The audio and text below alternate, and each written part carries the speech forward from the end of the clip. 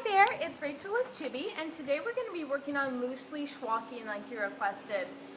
This is really important for his leash manners. I know Chibi's a small dog, but he is strong and he can still pull you around.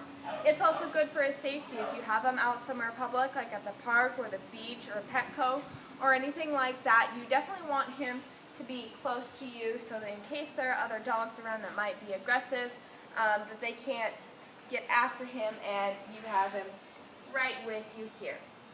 It'll also teach him to stay closer to you, so maybe if there's something on the beach that you don't want him to get into, if he's closer to you, he can't get to it as easily. So there are a few techniques that you can do to work on the loose leash walking, and it depends on the situations which one you are going to use. So the first one is just kind of a distraction technique. What I'm going to do is I'm going to walk him, let him get all the way out to the end of the leash where it's tight, and then I'll just tell him to come the other way. And so we'll just walk back and forth like that, and he'll learn that as soon as he starts pulling and going somewhere he wants to go, that's not going to work. I'm going to make him go the other way. And so instead of being pulled around like that, he's just going to walk closer on the looser leash and just follow me. That's the idea. So I'm going to start off by going, Chibi, this way. All right, he's doing pretty well now. I think without his mom and dad here, he knows that he's not going anywhere. So we'll practice this some more. As you can see, when he did get to the end of the leash, I just said, Chibi, this way, and I gave him just a little tug on the leash, just a little encouragement, like that. So practice some more. Chibi, this way.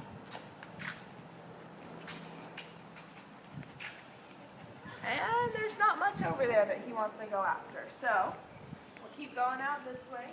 Chibi, this way. Chibi, this way.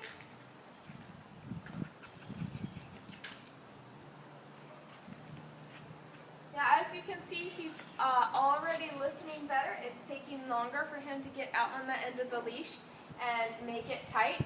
So that's good, and he's paying more attention to me. I'm trying to stay in view of the camera, and so I slow down to let him keep walking, and he's responding a lot better to me. If I slow down or stop, he turns around and he looks at me to see what's going on. So that's really good. For this, we don't give him treats because the treat is he gets to continue his walk. Another thing you can do, like if you're dropping him off here where you really have just a short distance to go from the car to the office to give him to us, is every time he starts to pull, just make him sit right by your feet like he's doing now. This way it interrupts it and his walk and where he wants to go, and he doesn't get to get up and keep walking until he's calm. So of course he gets super excited to come here, you know, as I saw this morning.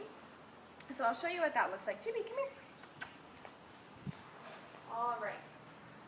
So he's pulling now, so I just pull him and say, Chibi, sit. Sit. Oh, when he hears the treat pack, he listens. Good, sit, Chibi.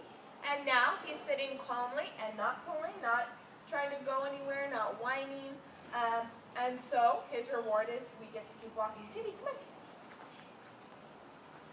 on. Chibi, sit. Good, sit. Good, sit, Chibi, and roll that little treat there. All right, come on. And he's walking much better, and of course I have the advantage since we're training. I have the treat bag here. He knows that sound, so as soon as he hears my hand on this, he sticks a bit closer and has eyes up on me, which that's fine, but you don't want to always have to carry around dog treats wherever you go, so it's most important to really practice. So when you bring him next time, if you get out of the car, he starts pulling, just make him sit and wait until he's calm.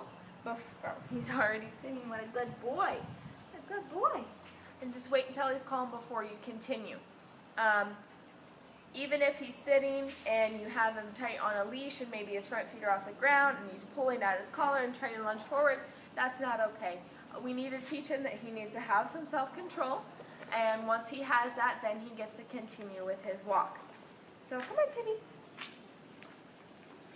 Chibi, this way. Chibi, this way. Chibi, this way.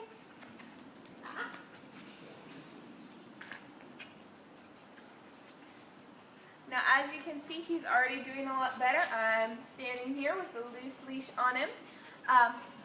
When you do the different movements like that, turning around, taking him away from where he was going before, it distracts him. It gets his mind off of that and his mind onto something new. And so he just follows along with that. I know that this is a little different because he doesn't feel like he's going anywhere new. He's not super excited to be out here because he's been here all day. So that is a little different, but just try the off, Chibi. Oh, he's very cute, but still can't jump up. Try those different things. The stopping while sitting is good if you're, say, taking him into the pet store. You know, it's not really ideal if you're taking him on a long walk to get him tired out, maybe at the end of the day. But something like going to the pet store, the vet, coming here where there's just a reasonable distance between your car and here. It still gives you plenty of room to practice, and it will take a little bit longer to get there, but it will also teach him that he's not gaining anything by dragging you and by pulling you.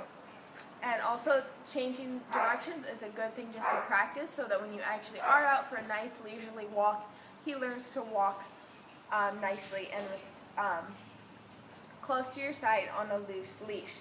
Now, what a lot of people do with the collars when they pull on it is their instinct is to pull back, and so it's a tight collar and this constant correction, and that actually doesn't do a lot of good.